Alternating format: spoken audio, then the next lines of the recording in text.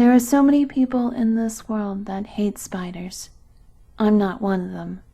I loved the creepy colors ever since I was a kid, so when I was finally able to find a good job at the marketing company and move away from my parents, I spent more than $400 on an enclosure, food, and other equipment for a sweet female Mexican red-knee tarantula. I named her Ice Cream just because I thought it would be hilarious to combine humanity's greatest love and greatest fear in her. In the town where I moved to, people were all welcoming and friendly, even to a girl with a strange spider obsession. Many people in the area were actually willing to come to my place and see Ice Cream. Well, I could serve them my homemade potato biscuits. However, there was just one rule. No touching. If you are allergic to her bite, you could die. And if you drop her, she will die. But most people were kind enough to let her be, except for Madame Davidson from across the street. Madame Davidson was a very old, very eccentric lady. She was demanding us to call her Madam, although most kids in the town were calling her Old Witch. She really resembled a witch with her long nose, wrinkly face, toothless mouth, and a habit of wearing black clothes only. She also liked to collect stray cats and even dogs, but nobody has ever seen her with an animal. Some people went far enough to call some animal rights organizations, but they never find anything unusual. They believed that the animals she brought home would run through the alleyways and the open back door of her house. However, people were wary of her all the time. I had the misfortune to meet her one evening while I was carrying some fresh cockroaches for Ice Cream. She rudely asked me what it was that I have in the bag. I thought that she might have mistook the bugs for dog poop and thought I was about to drop it in her garden. "Those are just some roaches for my pet," I said politely. "Oh, so you keep lizards?" she asked. "No," I smiled. "I have a tarantula. Her name is Ice Cream, and she's very—" Madame Davidson interrupted me by screaming out the whole word salad with sauce. I barely understood anything, but she was threatening to kill both me and my spider and that I was crazy for keeping it and so on. I guessed that she really hated spiders and moved on, but she hit me with her bag, staring at me with her piercing pale blue eyes. I dropped the bag with roaches, which exploded, and they ran away in all directions. I cursed and turned to her, but I saw that she was smiling. Her toothless smile was so creepy that I immediately turned away and went home. Luckily for Ice Cream, I had one cockroach in the kitchen. 2 days later, Madame Davidson had died. I saw an ambulance in front of her house when I was arriving home from work. The doctors told me that she had a stroke. It turned out that she actually had a son who was calling her every evening. When she did not respond after 3 calls, he called 911. They found her dead on the sofa with the evening news turned on the TV. She was 87. I don't know if you ever had the misfortune to live next to a house of somebody who just died, but it's not a nice feeling. It somehow haunts you. I was feeling guilty for having that short argument with her. I knew that it was highly unlucky that I caused her stroke, but I was feeling guilty. It was all amplified by the fact that I couldn't attend her funeral, as that day I had an important meeting with a client. I wanted to do something nice for her family and all, but I didn't know what. But during weekend, her son and his wife and kids collected all of her belongings and held an open sale in her garden. I was curious to see what they might be selling, so I approached. There were mostly things one would expect in an old lady's home: knitting equipment, ancient teapots and cutlery, old chairs, paintings, and so on, but what caught my eye was a houseplant that she was keeping. It resembled a mistletoe, being round and bush-like with dark green leaves. However, it had many bright red flowers, and seemed so pretty even though it was slowly drying up. I thought that it might look nice in my living room. $2, said Mr. Davidson. I was surprised by the extremely low price. I mean, the plant did look a little bit out of shape, but it was big and certainly would cost more. "It's because the pot unbearably stinks," he explained to me. "I can't wait to get rid of it." I brought the plant home, and my, was Mr. Davidson right. It was barely noticeable in the open, but now in my living room I could smell the awful stench. It felt almost like a corpse. I knew there were some tropical plants that naturally smell like corpses to attract the flies that pollinate them, but this was ridiculous. I decided to see if there was something bad inside the pot. I took the plant out, and, well, I almost threw up on the floor. The corpse of a cat was rotting away around the plant's roots. I believe that the old lady was senile enough to bury the cat inside the pot. I mean, old people do all sorts of crazy stuff when dementia hits them. I opened all windows on the house, took a cleaning mask, which had no effect at all, and a pair of gloves. The cat must have been there for quite a while because the roots have grown all over its corpse. It took me more than an hour to remove all the remaining bones and fur. Then I washed the plant's roots, threw away all the earth from its pot, and the pot, and I left the plant in a bucket with some water nearby Ice Cream's terrarium. I'd never seen her act so strangely. The moment she noticed the plant, she ran out of her favorite hiding spot and started banging onto the glass. "What's wrong with you, silly spider?" I exclaimed, and tried to pacify her. However, she was trying to bite. This has never happened before. Maybe she was set off by the pungent smell?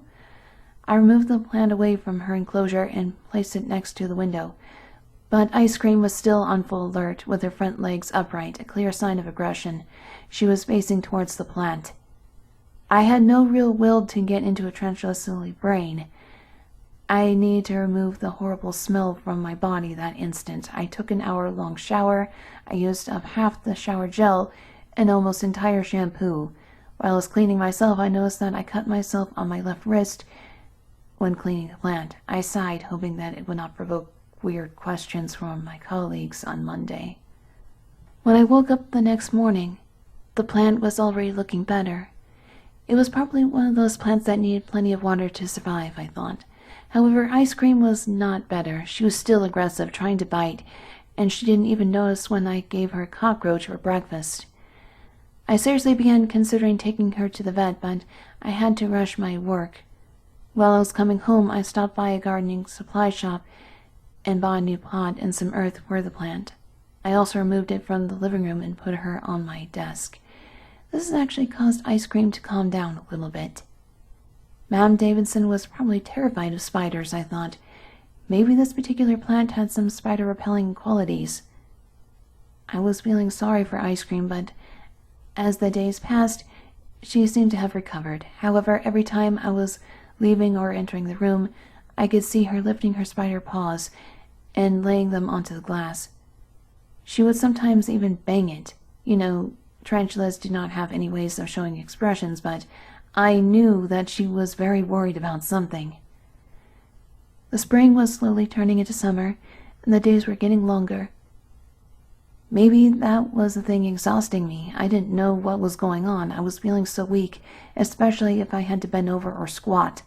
Getting up, I would see numerous violet spots floating in my field of vision, blurring it. I would sometimes shake for no reason. I would lose my breath just by walking to the car. I was feeling endlessly tired, and it was getting worse. I would get out of the breath for just moving around the house. I had constant headaches, and my vision would often double. One day at the office, I dropped my pen. As I bent over to grab it, everything turned black. I finally lost consciousness. I woke up in the hospital, and by my right side was a packet of blood. The nurse immediately called for the doctor when she saw that I was awake. I was feeling drowsy and inexplicably weak. I probably haven't eaten for a while, as I felt the emptiness in my stomach, but not real hunger. When the doctor walked in, I didn't have the strength to get up. "It's okay," he said. "It's a miracle that you're alive. When you arrived at the hospital, you were lacking 75% of your blood. One of the most severe cases of blood loss I've ever seen in my life." Blood loss? But I didn't suffer any injury. Did I? Have I hurt myself upon falling in the office and I had massive internal bleeding? "That's the worst part," said the doctor. "We have no idea what caused the blood loss. You have no injuries, internal or external. Please tell me, do you use any kind of medication? Do you often take aspirin or some painkiller that contains it? But I didn't. I was a healthy 28-year-old woman with no previous health issues. The results were a shocker to me as much as they were for the doctors. My blood tests were fine, but the cause of such amount of bleeding was not found. The only thing the doctor could propose was to get a Doppler scanning of my blood vessels and see what's up with them. The results are haunting me to this day. The doctor was trembling as he was showing me the images. He himself had no explanation. I was the first such documented case in history. I was staring at the pale brown mass spreading through every blood vessel in my body. It looked exactly like roots, and it was sucking all the blood out of my body. In order to save you, we'd have to do the impossible, to remove all these roots out, the doctor whispered. But they have spread all over the left side of your body, from largest arteries to the smallest capillaries. There is no medical technology that could save you, miss. At the rate these things are taking your blood, you just have a few days of life left. I took a deep breath and told the doctor that I want to die in my house. I needed to call my parents and sister to inform them, and I needed to feed ice cream one last time. I know I might feel silly that I was caring about her so much at the moment, but I wanted to spend my last time with her. I declined the doctor's offers to receive more blood. What was the point of prolonging a life for a few hours when those precious bags could be used for somebody who isn't doomed? I took a taxi to drive me home. I barely had the strength to walk inside, to open the door. I sat down onto my desk and stared at the plant. It has grown. Its flowers were blood red and abundant. Even some red berries were growing on it, but it still looked like mistletoe. I need to know what type of mistletoe it was. They all have white flowers and fruit. A quick Google search revealed to me that the mistletoe is a half-parasite. That means that it takes water from its host tree, but does photosynthesis on its own. But this plant was not attached to the host tree. My eyes rolled back to my left hand. The scar was now resembling just a small puncture wound. The little scratch that I got while cleaning the plant from the dead cat. Was that its previous meal? Am I its next one? Was Madame Davison collecting the cats and dogs to feed her diabolical mistletoe? Ice cream was still in her favorite position, front legs raised, slightly bent, and leaning to the glass. I had to hold on to the wall to be able to walk to her terrarium.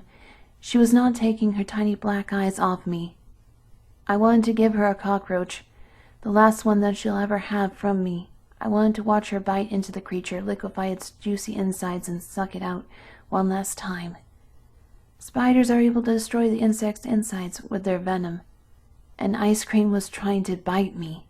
I didn't know why, but I realized that there was something more to my girl than hairy legs and giant fangs. Maybe she was not scared of the plant for no reason. Maybe she knows what to do. I opened the terrarium. I knew how weak I was and how dead would ice cream be if I dropped her, but I needed her. I hid my left arm behind my back and slowly put the right one onto her terrarium. I felt her hairy spider paws climbing onto it. She did not seem too agitated. I lifted her. God, she was so heavy. Listen, Icy, I whispered, looking into her tiny black eyes. You must be still. I will put you on the ground. Please. Please don't move until I do it. She was listening to me. I felt it. She was calm and did not stop keeping an eye on me. I carefully placed her onto the carpet and lay down. Then I offered her my left wrist. Do it, girl. The pain of her bite was probably amplified by the overall weakness in my body. My whole left side was burning. I don't remember whether I was screaming or not. I just know that I fell unconscious.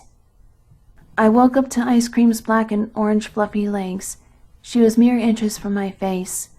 My left arm was swollen and red with 2 big puncture wounds. Tarantula's venom isn't that potent, though. With proper care, I'll be fine in a week or 2, but What caught my eye was a huge mess of black rotting strings all over my carpet. They were the shape of the left side of a human being. The roots that have spread to my every organ were removed, gently liquefied by ice cream's bite. I somehow crawled to my desk. The plant was already drying. I didn't want to waste my strength on it, nor on the cleaning of the mess on the carpet. I called 911 as I needed another bag of blood, or several of them. And I was also bitten by a tarantula. What a wonderful day for them! But before they came, I gently took the spider from the floor and put it back into the terrarium. I switched the temperature to a little warmer, as she probably froze, spending all night on the carpet. "Hey, Ice Cream," I whispered. "Guess who deserves 2 juicy cockroaches?"